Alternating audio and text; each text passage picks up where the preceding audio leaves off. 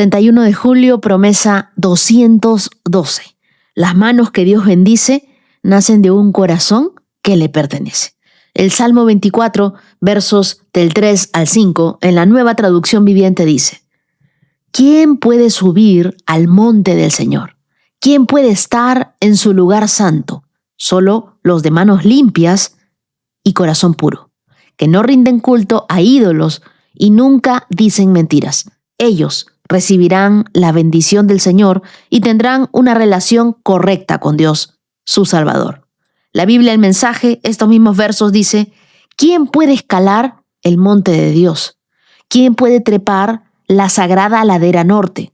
Solo los de manos limpias, los de corazón puro, los hombres que no engañan, las mujeres que no seducen. Dios está a su lado. Con la ayuda de Dios lo lograrán.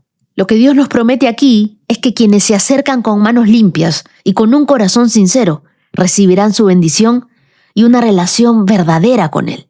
Él no promete perfección. Lo que Él promete es cercanía. Tampoco promete que nunca caerás. Lo que Él promete es que Él caminará contigo cada vez que decidas levantarte. Y esa diferencia lo cambia todo. El Salmo 24 nace probablemente del día en el que el Arca del Pacto subió a Jerusalén en medio de una celebración multitudinaria. Nos lo cuenta la Biblia en 2 de Samuel, capítulo 6. Mientras el pueblo ascendía hacia el monte de Sión, un sacerdote hacía en voz alta la pregunta que abre este salmo. Y el pueblo respondía. No era un simple ritual de entrada. Prácticamente era como un examen. Y la pregunta nunca fue geográfica. No preguntaba quién podía caminar hasta el monte, porque cualquiera podía llegar hasta ahí. La pregunta que se nos hacía es: ¿quién podía permanecer en la presencia de Dios? Porque a lo largo de toda la Biblia, los montes son el escenario de los encuentros más decisivos con Dios. Abraham subió al monte Moriah, Moisés al monte Sinaí, Elías al monte Carmelo. Jesús enseñó, se transfiguró y ascendió desde los montes. Así que subir siempre implicó lo mismo: dejar algo abajo, porque nadie asciende cargando con todo el peso del mundo. Y allí está la clave de este salmo, porque no pregunta cómo te ves subiendo, sino qué llevas contigo mientras subes. Por eso la Biblia nos habla de manos limpias, que denotan integridad en la acción, lo que haces cuando nadie te ve. Luego nos mencionan el corazón puro, que viene de la palabra hebrea que significa sin mezcla. Un corazón que no está repartido entre Dios y otra cosa. Un corazón que no está como el de Alejandro Sanz, un corazón partido, sino un corazón completo. Y por último, la Biblia dice: y no rinden culto a ídolos. Es decir, aquí no solo hablan de estatuas, habla de cualquier cosa a la que nosotros le entregamos el lugar que solo le pertenece a Dios. De todas aquellas cosas o personas a las cuales nosotros hacemos de ellas un Dios. Bajo la luz de Jesús, este salmo se vuelve aún todavía más hermoso, porque Él subió a esa montaña con manos perfectamente limpias y con un corazón perfectamente puro, y ahora nos abre paso a nosotros. Lo que el salmo describe no es el precio de la entrada, es el fruto de una vida que ya fue transformada por la gracia. Quiero que te imagines un escáner de seguridad en un aeropuerto internacional. Ese escáner no mira la marca de tu maleta o si tu ropa es elegante. El escáner mira lo que tú llevas adentro, lo que está escondido entre tus cosas. De repente te dijeron solo frascos de menos de 100 mililitros y a ti se te ocurrió llevar algo de 1 litro. Exactamente así funciona la pregunta de este salmo, porque Dios no examina qué tan bien tú subes en público.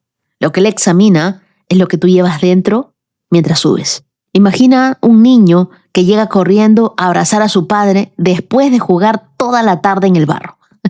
El padre no lo rechaza, solo le dice: ven, primero te limpio, porque lo necesitas, estás oliendo zorrillo, pero no porque haya dejado de amarlo, porque lo que el padre quiere es disfrutar ese abrazo completo, sin nada de por medio.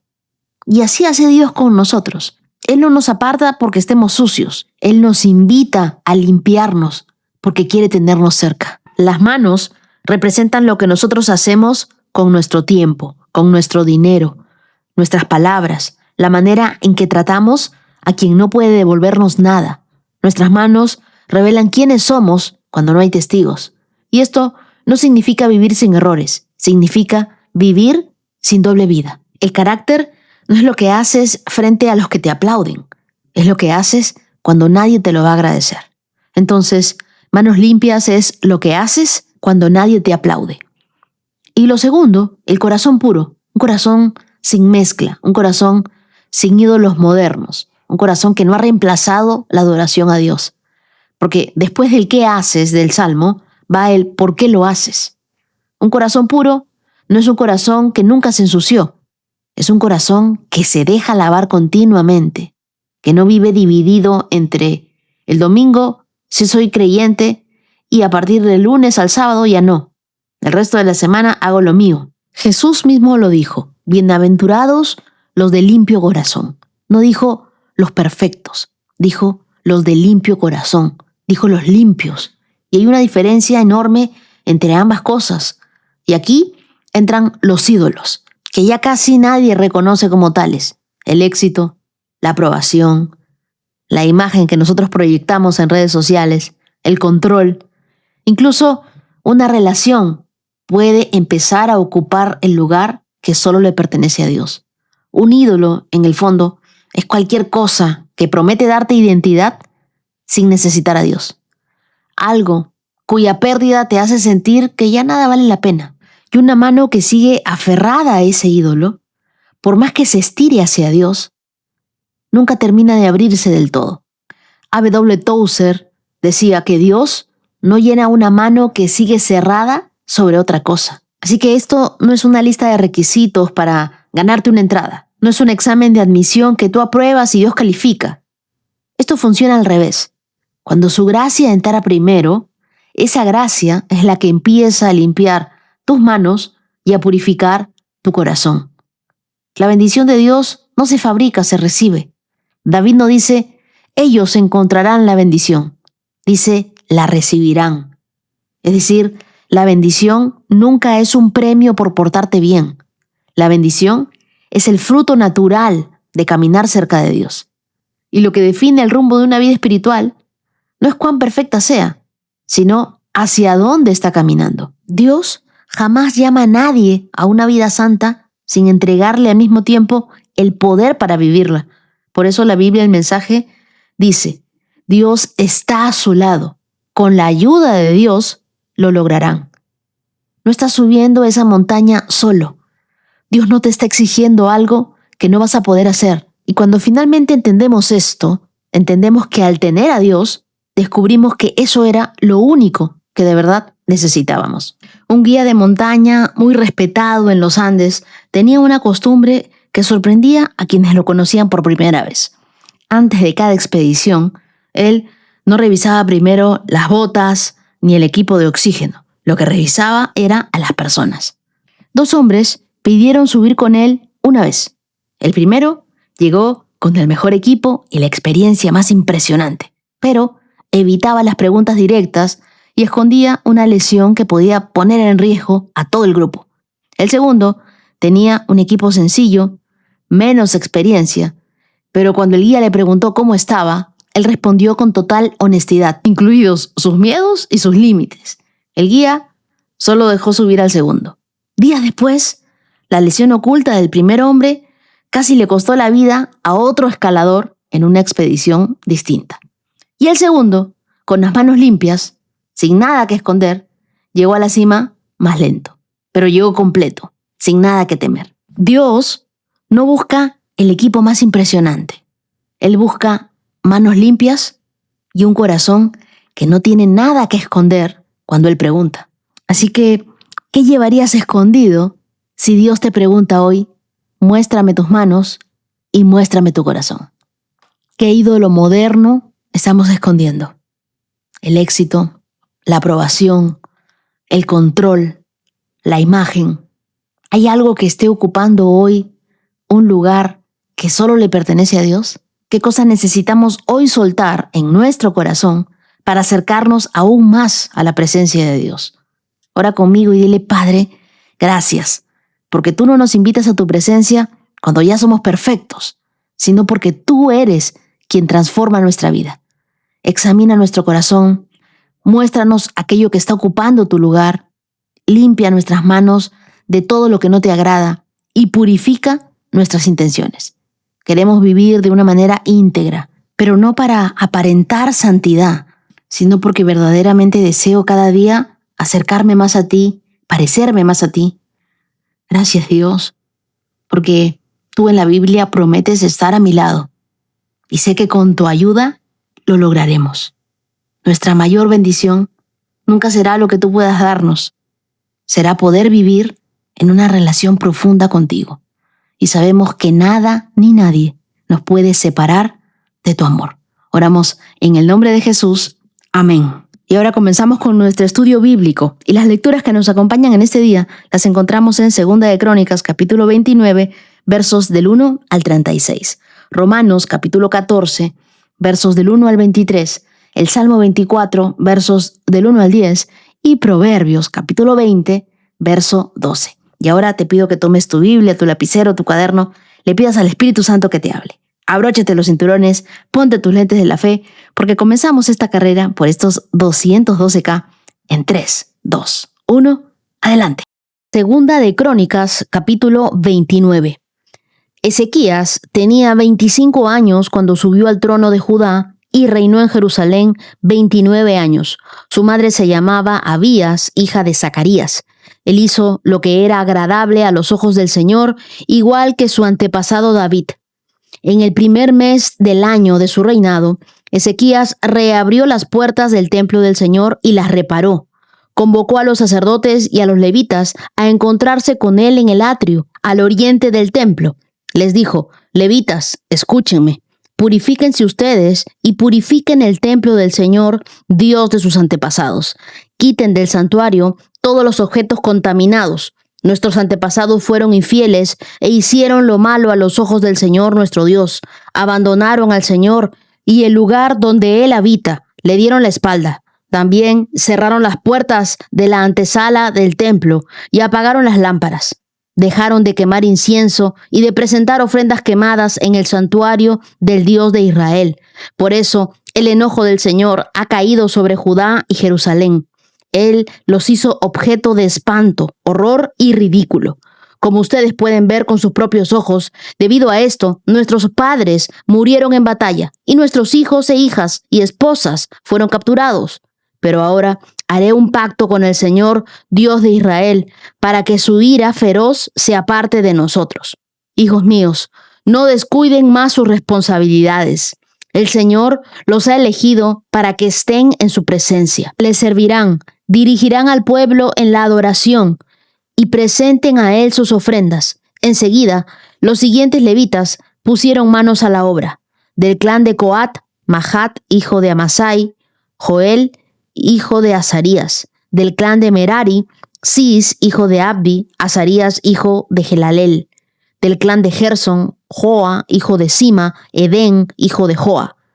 De la familia de Elisafán, Simri y Jehiel. De la familia de Asaf, Zacarías y Matanías. De la familia de Emán, Jehiel y Simeí. De la familia de Jedutún, Semaías y Uziel.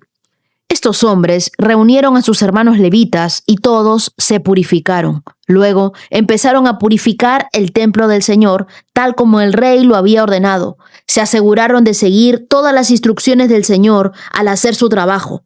Los sacerdotes entraron en el santuario del templo del Señor para purificarlo y sacaron al atrio del templo todos los objetos contaminados que encontraron. De allí, los levitas los llevaron al valle de Cedrón. Comenzaron a trabajar a principios de la primavera, el primer día del nuevo año, y en 8 días habían llegado hasta la antesala del templo del Señor. Luego purificaron el templo del Señor, lo cual llevó 8 días más, así que terminaron la tarea en 16 días.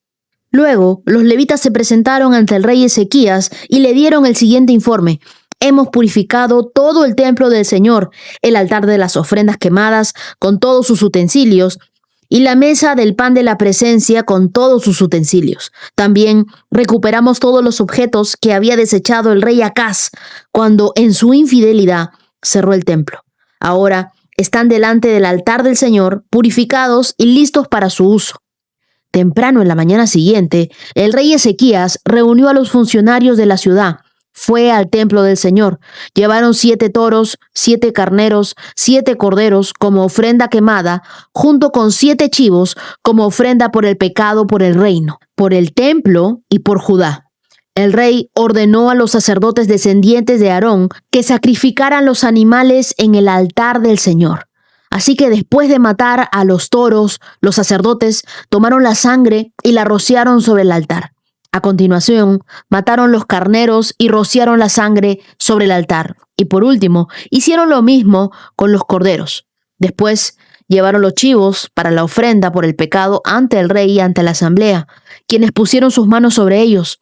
Luego, los sacerdotes mataron a los chivos como una ofrenda por el pecado y rociaron la sangre sobre el altar para hacer la expiación por los pecados de todo Israel. El rey había ordenado expresamente que esta ofrenda quemada, así como la ofrenda por el pecado, se hicieran por todo Israel. Luego, el rey Ezequías ubicó a los levitas en el templo del Señor, provistos de címbalos, liras y arpas. Obedeció todos los mandatos que el Señor le había dado al rey David por medio de Gad, el vidente del rey, y el profeta Natán. Después David y los sacerdotes tomaron sus posiciones con las trompetas. Entonces Ezequías ordenó que pusieran la ofrenda quemada sobre el altar. Mientras se presentaba la ofrenda quemada, comenzaron los cánticos de alabanza al Señor, al son de las trompetas y de los demás instrumentos de David, el rey anterior de Israel. Toda la asamblea adoró al Señor mientras los cantores entonaban los cánticos y las trompetas sonaban, hasta que se terminaron e inclinaron en adoración. El rey Ezequías y los funcionarios ordenaron a los levitas que alabaran al Señor con los salmos escritos por David y por el vidente Asaf, de modo que ofrecieron alegres alabanzas y se inclinaron en adoración.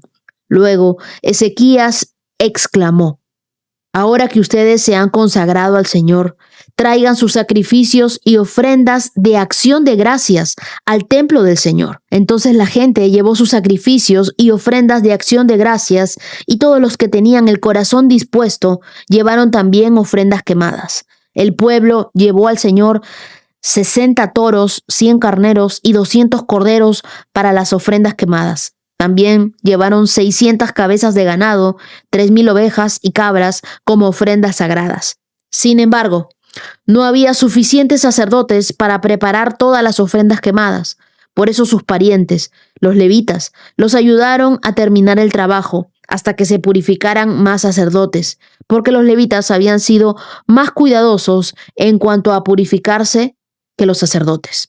Hubo abundancia de ofrendas quemadas, junto con las ofrendas líquidas habituales, y una gran cantidad de grasa de muchas ofrendas de paz. Así que se restituyó el servicio en el templo del Señor. Ezequías y todo el pueblo se alegraron por lo que Dios había hecho por el pueblo, porque todo se había llevado a cabo con tanta rapidez. Miremos ese escenario. Ezequías subió al trono de Judá con apenas 25 años. Era joven. El templo estaba cerrado. Los utensilios sagrados estaban apartados y el pueblo se había acostumbrado a vivir sin la presencia de Dios. Era una generación que heredó ruinas espirituales. Pero en lugar de repetir la historia de su padre Acaz, Ezequías eligió un nuevo comienzo.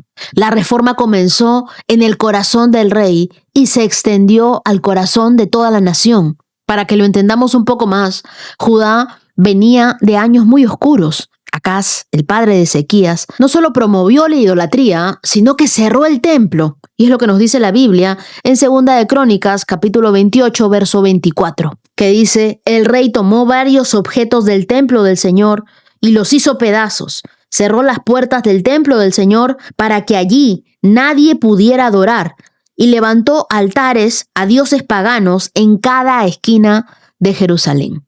Es decir, él llevó al pueblo a una decadencia moral y también espiritual. Por eso, lo primero que hace Ezequías al asumir el trono es abrir las puertas del templo. Y es lo que nos dice Segunda de Crónicas, capítulo 29, verso 3. En el primer mes del año de su reinado, Ezequías reabrió las puertas del templo del Señor y las reparó. Llamó a los levitas para purificarlo. Él no buscó alianzas políticas, tampoco hizo muchas reformas económicas. Su prioridad fue restaurar la adoración. Pero quiero que veamos algo. Ezequías no esperó tener todo bajo control, ni siquiera toda la aprobación de la gente. Él actuó rápido y él decidió. ¿Por qué? Porque él entendía que la presencia de Dios no puede ocupar un segundo lugar en una nación, mucho menos en un corazón. Lo que tú toleras te gobierna. Lo que tú priorizas te transforma.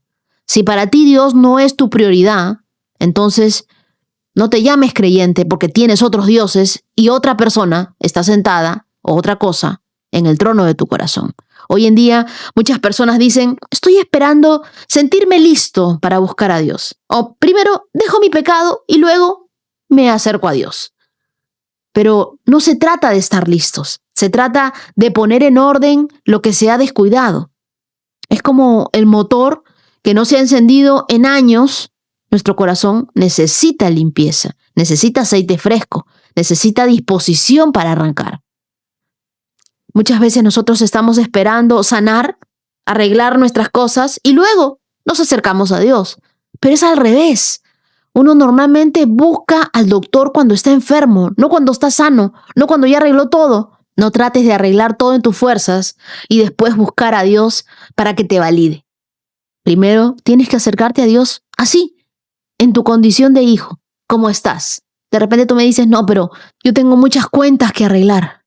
Al mejor al que puedes rendirle cuentas es a Dios. La Biblia dice en los evangelios que el padre siempre está esperando a que el hijo pródigo regrese a casa. Sin importar cuán lejos te hayas ido, ni qué cosas hayas hecho, el amor del padre no cambia.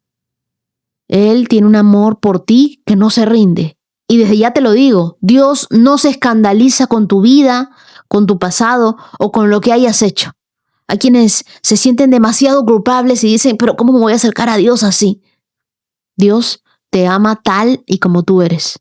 Luego, antes de ellos comenzar cualquier sacrificio, cualquier cántico, los levitas se dedicaron 16 días a limpiar el templo. Y es lo que nos dice el verso 17. Fueron 16 días de purificación meticulosa, de sacar lo impuro, de restaurar lo consagrado, de ponerse a cuentas con Dios. Y ellos volvieron a poner todo en su lugar. No podemos adorar a un Dios de verdad, a un Dios que ignoramos de lunes a sábado y solo nos acordamos de él el domingo.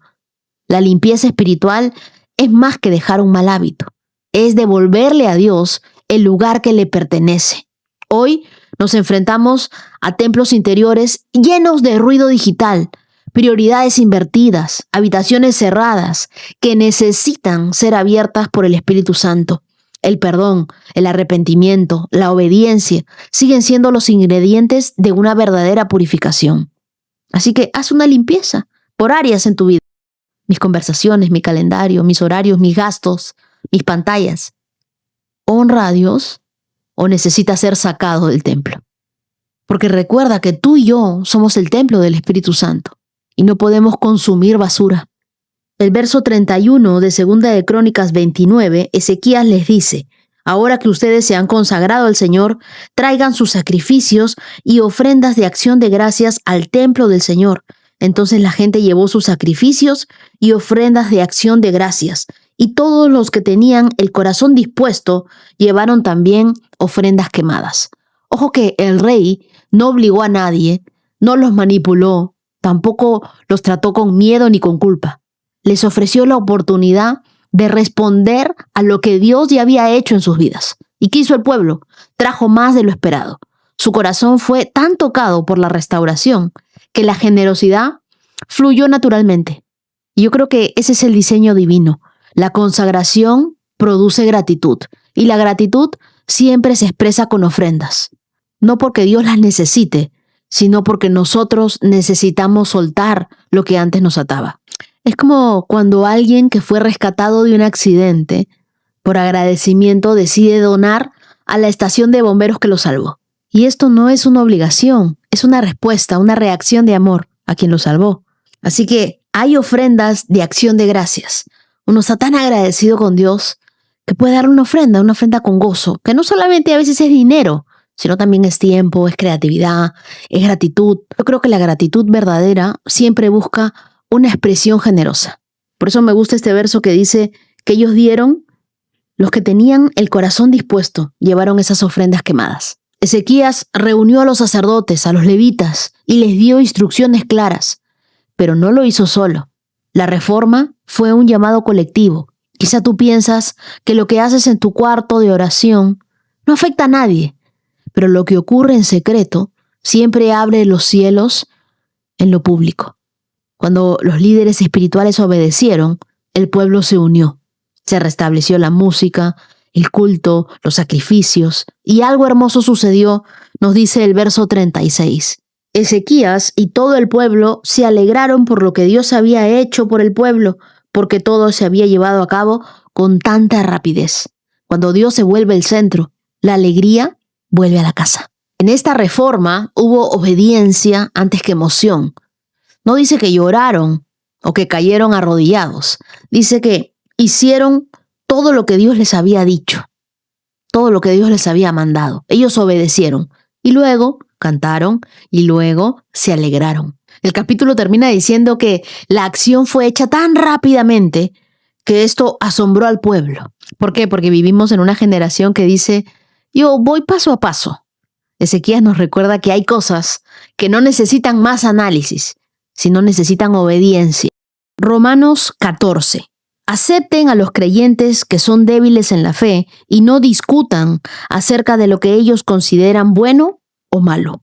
Por ejemplo, un creyente piensa que está bien comer de todo, pero otro creyente con una conciencia sensible come solo verduras. Los que se sienten libres para comer de todo no deben menospreciar a los que no sienten la misma libertad. Los que no comen determinados alimentos no deben juzgar a los que sí los comen, porque a esos hermanos Dios los ha aceptado. ¿Quién eres tú para juzgar a los sirvientes de otro? Su amo dirá, quedan en pie o caen, y con la ayuda del Señor quedarán en pie y recibirán la aprobación de Él. Del mismo modo, algunos piensan que un día es más sagrado que otro, mientras que otros creen que todos los días son iguales. Cada uno debería estar plenamente convencido de que el día que elija es aceptable. Los que adoran al Señor un día en particular lo hacen para honrarlo a Él. Los que comen toda clase de alimentos lo hacen para honrar al Señor, ya que le dan gracias a Dios antes de comer. Y los que se niegan a comer ciertos alimentos también quieren agradar al Señor y le dan gracias a Dios. Pues no vivimos para nosotros mismos, ni morimos para nosotros mismos. Si vivimos es para honrar al Señor, y si morimos es para honrar al Señor. Entonces, tanto si vivimos como si morimos, pertenecemos al Señor. Cristo murió y resucitó con este propósito, ser Señor de los vivos y de los muertos. ¿Por qué entonces juzgas a otro creyente? ¿Por qué menosprecias a otro creyente? Recuerda que todos estaremos delante del tribunal de Dios, pues dicen las Escrituras, tan cierto como yo vivo, dice el Señor, toda rodilla se doblará ante mí y toda lengua declarará lealtad a Dios. Es cierto, cada uno de nosotros tendrá que responder por sí mismo ante Dios, así que dejemos de juzgarnos unos a otros. Marca ese verso 13. Dice, por el contrario, propónganse vivir de tal manera que no causen tropiezo ni caída a otro creyente. Yo sé, y soy convencido por la autoridad del Señor Jesús, que ningún alimento en sí mismo está mal, pero si alguien piensa que está mal comerlo, entonces para esa persona está mal. Si otro creyente se angustia por lo que tú comes, entonces no actúas con amor si lo comes. No permitas que lo que tú comes destruya a alguien por quien Cristo murió. Entonces, no serás criticado por hacer algo que tú crees que es bueno, pues el reino de Dios no se trata de lo que comemos o bebemos, sino de llevar una vida de bondad, de paz, de alegría en el Espíritu Santo. Si tú sirves a Cristo con esa actitud, agradarás a Dios y también tendrás la aprobación de los demás. Por lo tanto, procuremos que haya armonía en la iglesia y tratemos de edificarnos unos a otros. No destruyas la obra de Dios a causa de lo que comes. Recuerda que todos los alimentos están permitidos. Lo malo es comer algo que haga tropezar a otro. Es mejor no comer carne, ni beber vino, ni hacer ninguna otra cosa que pudiera causar que otro creyente tropiece. Tal vez tú crees que no hay nada de malo en lo que haces, pero manténlo entre tú y Dios. Benditos son los que no se sienten culpables por hacer algo que han decidido que es correcto. Pero si tú tienes dudas acerca de si debes o no comer algo en particular, entonces es pecado comerlo, pues si no eres fiel a tus convicciones, si haces algo que crees que está mal, pecas. Romanos 14 se sitúa en una época donde todos quieren tener la razón y nadie quiere ceder. Por eso Pablo habla, pero lo redacta de una forma tan increíble. Yo no sabía que Pablo era tan easygoing, tan abierto en su mente al momento de hablar. Yo había leído la Biblia en Reina Valera de 1960 y el lenguaje es distinto. Aquí, Romanos 14, en la versión NTV, nos recuerda que la madurez espiritual no se mide por lo que nosotros sabemos, sino por cómo tratamos al que piensa distinto que nosotros. Este capítulo es un llamado urgente a la unidad en medio de las diferencias, a honrar las convicciones del otro sin tratar de imponer las nuestras y sobre todo a amar más de lo que discutimos. Pablo estaba escribiendo a una comunidad mixta y todavía estaban en Roma. Habían judíos, habían gentiles convertidos al cristianismo, algunos eran súper estrictos en la dieta y la observación de los días santos. No, el día sábado es el santo, no, el día domingo es el santo. Y otros disfrutaban de la libertad en Cristo. Lo que para unos es devoción, para otros es legalismo. El conflicto no era tanto doctrinal, sino era un conflicto cultural. Y Pablo no eligió un bando, él elige un principio. Y comienza Romanos 14 con el verso 1 que dice: acepten a los creyentes que son débiles en la fe y no discutan acerca de lo que ellos consideran bueno o malo.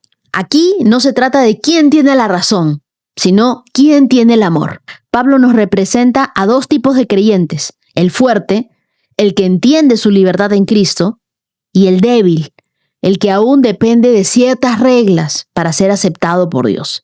Y la sorpresa es que ambos pueden agradar a Dios si actúan con fe y con una conciencia limpia. Lo primero que nos dice el verso es: acepta a los creyentes que son débiles en la fe.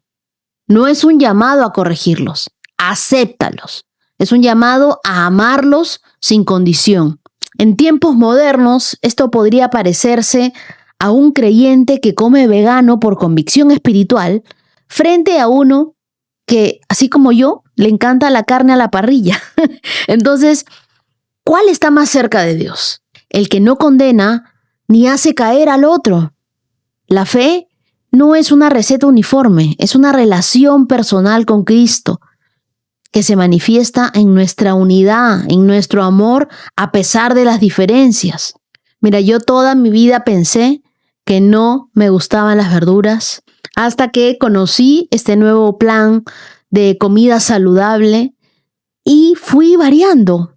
Y ahora me da gusto cocinarme, comer. Ya he ido perdiendo 8 kilos. Imagínate, es un montón. A la par tengo un montón de amigos que son veganos, que son vegetarianos y en los que en algún momento que hemos salido no los he llevado a comer carne porque sé que no la van a comer. Pero hemos encontrado un punto medio, ¿no? Un lugar de pastas donde ambos vamos a poder alimentarnos. ¿Qué es lo más importante? Vivir para Dios es más importante que discutir por Él. El verso 7 dice: pues no vivimos para nosotros mismos. Y el verso 8 dice: si vivimos es para honrar al Señor, y si morimos es para honrar al Señor. Entonces, tanto si vivimos como si morimos, pertenecemos al Señor. Yo creo que estos versos desarman cualquier argumento egocéntrico. Pablo nos recuerda, nos ubica, nos da una dosis de ubicaína y nos dice, oye, ¿tu vida? No es tu vida, no te pertenece, le pertenecemos a Dios. Y todo lo que hacemos, todo lo que hagamos, nuestro trabajo, en nuestros estudios, en lo que comemos, en lo que vivimos, la Biblia dice, todo debe honrar al Señor. Entonces, bajo ese concepto, no fuimos creados para defender nuestro punto de vista, sino para reflejar el corazón de Dios y para que toda nuestra vida honre a Dios. ¿Tú te has puesto a pensar en esto? Si todo lo que tú haces, todo lo que tú comes, todo lo que tú dices, honra a Dios. Entonces el verdadero problema no es lo que comemos o qué día guardamos, sino si nuestras discusiones alejan a otros de Dios. Antes de expresar tu opinión sobre la fe de otro, pregúntate, ¿yo estoy corrigiendo por amor o por ego? ¿O estoy tratando de defender mi punto de vista? ¿Esto construye o divide? ¿Esto que vamos a hacer es esencial para la salvación de alguien? ¿O lo estoy haciendo simplemente por costumbre? El verso 13 dice, así que dejemos de juzgarnos unos a otros. Por el contrario, propónganse vivir de tal manera que no causen tropiezo ni caída a otro creyente. La libertad debe vivirse con madurez. No basta con saber qué es lícito. Debemos discernir qué es útil, qué edifica a otro. La libertad no es una excusa para el ego, es una invitación al amor. El verso 17 dice, pues el reino de Dios no se trata de lo que comemos o bebemos, sino de llevar una vida de bondad, paz, alegría en el Espíritu Santo. Yo creo que esta es una de las declaraciones más revolucionarias de todo el capítulo 14 de Romanos. Pablo desmonta la religiosidad que mide la espiritualidad por lo externo. Jesús no vino a darnos una dieta, Él vino a darnos una vida eterna.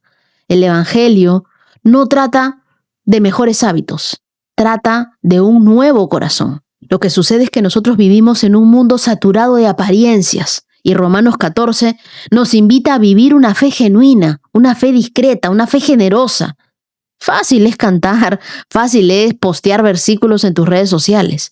Lo difícil es amar al que piensa distinto sin tratar de cambiarlo. El verso 22 dice, benditos son los que no se sienten culpables por hacer algo que han decidido que es correcto. Y el verso 23 dice, pero si tú tienes dudas acerca de si debes o no comer algo en particular, entonces es pecado comerlo. Pues si no eres fiel a tus convicciones, si haces algo que crees que está mal, pecas. Aquí el cierre es crucial. La fe no es solo lo que crees, sino la paz con la que vives con lo que crees. Ahora, no todos están en el mismo nivel de fe, pero todos son llamados a vivir con integridad ante Dios. Ora conmigo y di, Señor, enséñame a vivir mi fe y hacerlo con humildad, a respetar las convicciones de quienes caminan a otro ritmo, que mis palabras nunca dividan, que mis actos no hagan que otro tropiece, que mi vida refleje tu bondad, tu paz, tu alegría, esa alegría de tu Espíritu Santo, que mi vida sea compasiva con los demás.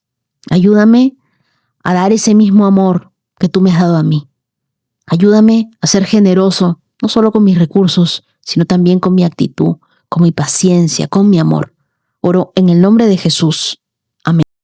Salmo 24. La tierra es del Señor y todo lo que hay en ella, el mundo y todos sus habitantes, le pertenecen. Pues Él echó los cimientos de la tierra sobre los mares y los estableció sobre las profundidades de los océanos. ¿Quién puede subir al monte del Señor? ¿Quién puede estar en su lugar santo? Solo los de manos limpias y corazón puro, que no rinden culto a ídolos y nunca dicen mentiras. Ellos recibirán la bendición del Señor y tendrán una relación correcta con Dios, su Salvador. Gente así puede buscarte y adorar en tu presencia, oh Dios de Jacob. Ábranse portones antiguos, ábranse puertas antiguas y dejen que entre el Rey de Gloria. ¿Quién es el Rey de Gloria? El Señor fuerte y poderoso, el Señor invencible en batalla. Ábranse portones antiguos, Ábranse puertas antiguas y dejen que entre el Rey de Gloria. ¿Quién es el Rey de Gloria? El Señor de los ejércitos celestiales. Él es el Rey de Gloria. Este Salmo 24 tiene mucho que ver con lo que acabamos de leer en Romanos 14, porque el verso 1 dice que la tierra es del Señor y todo lo que hay en ella. El mundo y todos sus habitantes le pertenecen. Así que todo le pertenece a Él. Nada es nuestro. Todo es confiado de Dios. Nosotros somos mayordomos de Dios. Dios es el dueño de todo. Todo le pertenece. Tú y yo le pertenecemos. Nosotros no somos dueños de nada. Así que olvídate de decir, esto es mío. Es mi casa, mi carro, mi familia. No, todo Dios te lo ha dado prestado. No es tuyo. Tú tienes que cuidárselo a Él. Todo, la Biblia dice, y no lo digo yo, todo le pertenece a Él. No es tu empresa. Dios te ha contratado como su administrador. Así que tú y yo somos administradores de todo lo que Dios nos ha dado en uso y en propiedad. A veces nosotros nos desubicamos y actuamos como dueños de nuestras vidas, dueños de nuestros recursos, dueños de nuestro tiempo. Y lo que tenemos es un préstamo de la gracia de Dios. Y nos hemos olvidado de eso. Vamos a hacer un sencillo ejercicio. Les voy a pedir a todos que tomen aire. Inhalen. ¿Por cuánto tiempo pueden no volver a exhalar? ¿Sí o no que tenemos que soltar? ¿Por qué? Porque ni siquiera el aire nos pertenece. Todo lo que tienes es una herramienta, una prueba, un tesoro. Úsalo con la conciencia de que nada te pertenece, de que todo fue confiado, de que tú y yo somos administradores de Dios. Esa mentalidad cambia cómo vamos a manejar nuestro dinero, cómo manejaremos las relaciones, cómo vamos a manejar el tiempo. Ya no es nuestro. Dios nos lo ha prestado. La próxima vez que vayamos a tomar decisiones, ya sean financieras, familiares, ministeriales, preguntémonos, ¿estoy usando esto como dueño o como administrador? El verso 3 nos habla de acceso y hace varias preguntas. ¿Quién puede subir al monte del Señor? ¿Quién puede estar en su lugar santo? Solo los de manos limpias y corazón puro, quien no rinde culto a ídolos y nunca dice mentiras. Aquí David nos confronta con un estándar. No todos pueden subir al monte de Dios. No basta con desear a Dios. Hay que vivir de una forma que demuestra ese deseo. Lo primero que la Biblia nos dice es manos limpias, que representan nuestras acciones. Y luego nos dice corazón puro, que representa nuestras motivaciones. Ese doble filtro revela que no es la apariencia, sino es la integridad invisible lo que abre el acceso a ese Dios santo. El verso 5 dice, ellos recibirán la bendición del Señor y tendrán una relación correcta con su Dios, su Salvador. Este versículo nos muestra el fruto de una vida rendida. ¿Cuál es? La bendición y la relación con Dios. No solo va a haber prosperidad en tu vida, no solo va a haber provisión, sino también va a haber comunión, va a haber amistad con Dios. No solo vas a ver milagros, sino vas a tener la presencia continua de Dios. Dios no está buscando manos que trabajan para Él, no. Él está buscando corazones que caminan con Él. El verso 7 dice, ábranse portones antiguos, ábranse puertas antiguas y dejen que entre el Rey de Gloria.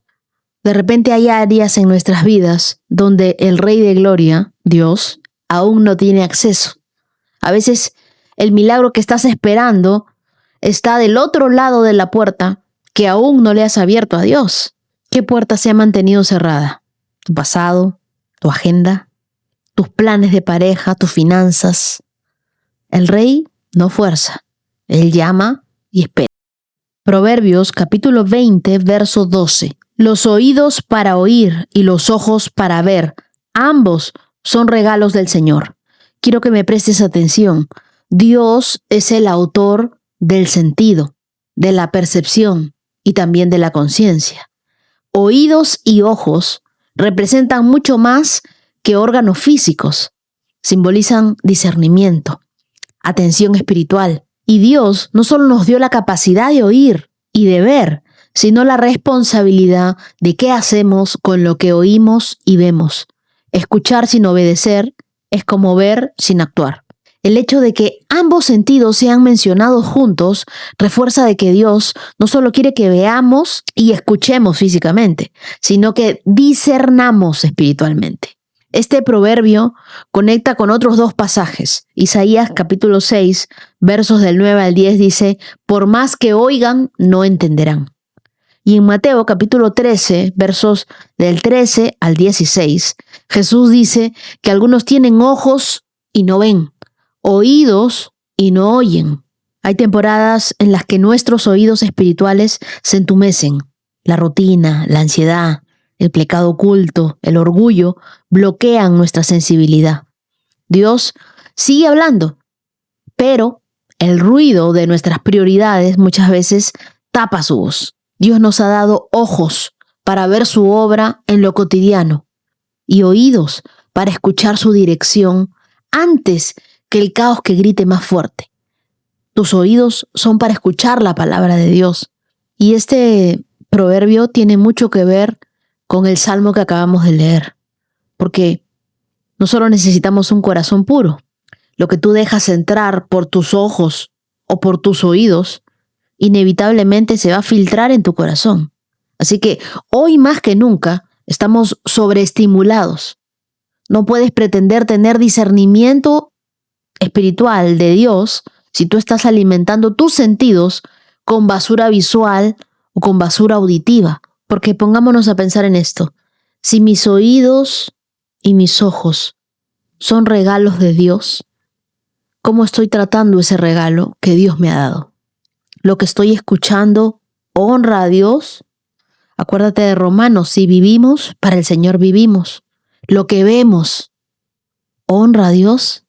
Ora conmigo y dile, Señor, afina mis sentidos, dame oídos sensibles a tu voz, ojos que sepan discernir tu obra en medio de toda esta confusión. Apaga el ruido que me distrae y abre mis ojos para que yo pueda ver todo lo que tú me quieres revelar. Quiero vivir despierto, atento y alineado contigo. Perdóname si en algún momento yo he malgastado tu regalo, estos oídos y estos ojos que me has dado. Yo quiero darte las gracias por mis oídos, por mis ojos. Nunca los había visto como un regalo hasta el día de hoy. Gracias por eso. Oro en el nombre de Jesús. Amén. Y así llegamos a estos 212K. Y ahora te invito a escuchar desde Costa Rica a L. Hola Wendy, saludos desde Costa Rica. Quiero dar testimonio de la fidelidad absoluta de Dios en mi vida. Este último tiempo he decidido entregarle el control total de mis batallas al Señor y los milagros no han dejado de suceder. En mi salud enfrenté una histerectomía el año pasado. Además me dieron la noticia de unos nódulos sospechosos y el hígado graso. He enfrentado ansiedad, depresión y nivel grandísimo de estrés. Pero en lugar de angustiarme, he decidido declarar que mi cuerpo, mi alma, mi mente es un templo del Espíritu Santo. He caminado hacia mis exámenes con toda la certeza y seguridad de que todo es citas de control, sintiendo una vitalidad y declarando mi sanación completa, porque Dios es mi Salvador, Dios es el Señor de los imposibles. Con mi pareja, Dios ha sido nuestro escudo, a pesar de procesos legales complejos y otros ataques externos que han intentado robarnos la paz. El Señor nos ha unido más que nunca. Hoy lo veo transformándose en el hombre, en el compañero y en un proveedor que siempre he pedido a Dios, enfrentando su realidad con honestidad y con mucha valentía. También te cuento que en mis finanzas y en mi trabajo el Señor me escuchó y me ha dado un nuevo rol laboral que anhelaba. Después de estar casi 7 años en un mismo puesto, en donde he tenido situaciones complejas con compañeros o incluso con liderazgo. Y aunque las deudas también y los cambios presupuestarios han querido traerme miedo, hoy descanso en la promesa de que Dios es mi proveedor y que Él tiene una solución para cada una de mis necesidades. En lo más profundo de mi corazón, yo estoy segura de que Dios está obrando un milagro de restauración en mí. He entregado mi relación con mi madre también en sus manos, declarando que el odio o el rechazo se disuelven para dar un paso a la paz y al respeto. He decidido no cargar con ese dolor más y confiar en que el amor de Dios va a sanar mi historia familiar y me va a liberar para ser una mujer plena que Él diseñó. Le pedí a Dios que limpiara también en mi vida a las amistades que no me edificaban. Todavía queda muchísimo por sanar, por restaurar, por trabajar. Pero definitivamente sé que cuando uno camina con Dios, Él mismo se encarga de limpiar el camino. Hoy vivo en una plenitud que no depende de las circunstancias, sino de la presencia de Dios. Doy gracias a Dios, infinitas gracias a Dios, por mis hijas, por mi pareja, por mi trabajo, por mi salud, por mi techo, por el alimento, por todas las bendiciones y por el hogar que está lleno de abundancia, porque Él está construyendo algo grande para nosotros. La honra y la gracia y la gloria siempre será para el Señor. Y estoy deseosa de ver las sorpresas y las maravillas que Dios tiene para mí. Que tengan un lindo día. Mi querida Ele, mientras escuchaba tu testimonio, pensaba en algo muy hermoso. Los milagros comenzaron el día en el que dejaste de tratar de tener el control y decidiste confiar en el Señor. A veces nosotros creemos que el milagro es únicamente la sanidad, un nuevo trabajo, la restauración familiar, pero el primer milagro que Dios hizo en ti fue darte un corazón que ya no vive gobernado por el miedo, sino por la confianza en Dios. Tú sigue caminando así. Todavía hay promesas por cumplirse, todavía hay restauración por ver, todavía hay capítulos que Dios está escribiendo, pero ya puedes disfrutar el camino, porque sabes que el Señor va delante de ti. Te quiero regalar Proverbios, capítulo 3, versos del 5 al 6, que dice: confía en el Señor con todo tu corazón. No dependas de tu propio entendimiento. Busca su voluntad en todo lo que hagas, y Él te mostrará cuál camino tomar. Qué hermoso es poder descubrir que cuando nosotros soltamos el control, Dios toma el timón, y Él siempre sabe llevarnos a un mejor destino. Y también me gustaría que escuchemos el testimonio de Dubis Fernández. Desde Cartagena, Colombia. Vengo escuchando tu podcast como desde mediados de enero y ha sido algo muy enriquecedor. Este año me propuse buscar más a Dios. Siempre he creído en Él, pero nunca lo buscaba como tal. Este año decidí buscarlo más. Y quería contarte un testimonio de algo que pasó el día de ayer, 16 de febrero. Y algo que me demostró que Dios es misericordioso, bondadoso. Y Él actúa de una forma increíble. Ayer mi papá se subió al techo de la casa de ellos a hacer unos arreglos, Wendy, y pisó mal y tuvo una caída. Pero él me cuenta que lo que iba a ser una caída de pie, él dice que sintió lo que fue que lo sostuvo y lo giró. Y mi papá terminó cayendo sentado.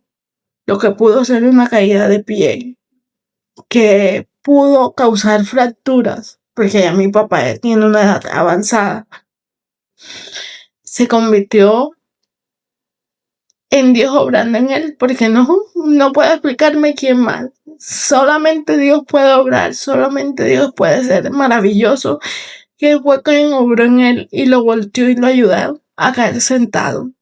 Un día, para la gloria de Dios, llevamos a mi papá a la clínica y para la gloria de Dios, mi papá no le salió ninguna fractura.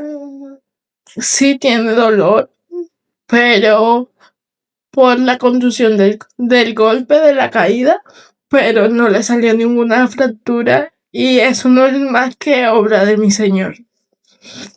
Entonces quería contar este testimonio y decir, cada día nos demuestra lo maravilloso que es. Mi querida Dubis, gracias por abrirnos tu corazón. Mientras te escuchaba, pensaba en cuántas personas pueden sentirse identificadas contigo.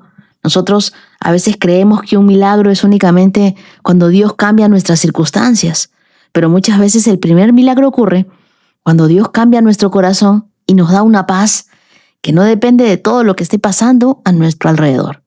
Yo sé qué es lo que uno sufre cuando a veces ve a un padre caerse o experimentando dolor. Me emociona ver cómo tú has decidido seguir creyendo, aun cuando todas las cosas no han terminado de resolverse. Yo creo que esa es la fe que agrada a Dios, la que sigue caminando, la que sigue creyendo, la que sigue adorando y la que sigue esperando sin rendirse. Y mi querida Dubis, gracias por recordarnos que cuando Dios interviene en una familia, todos terminan siendo testigos de la fidelidad de Dios.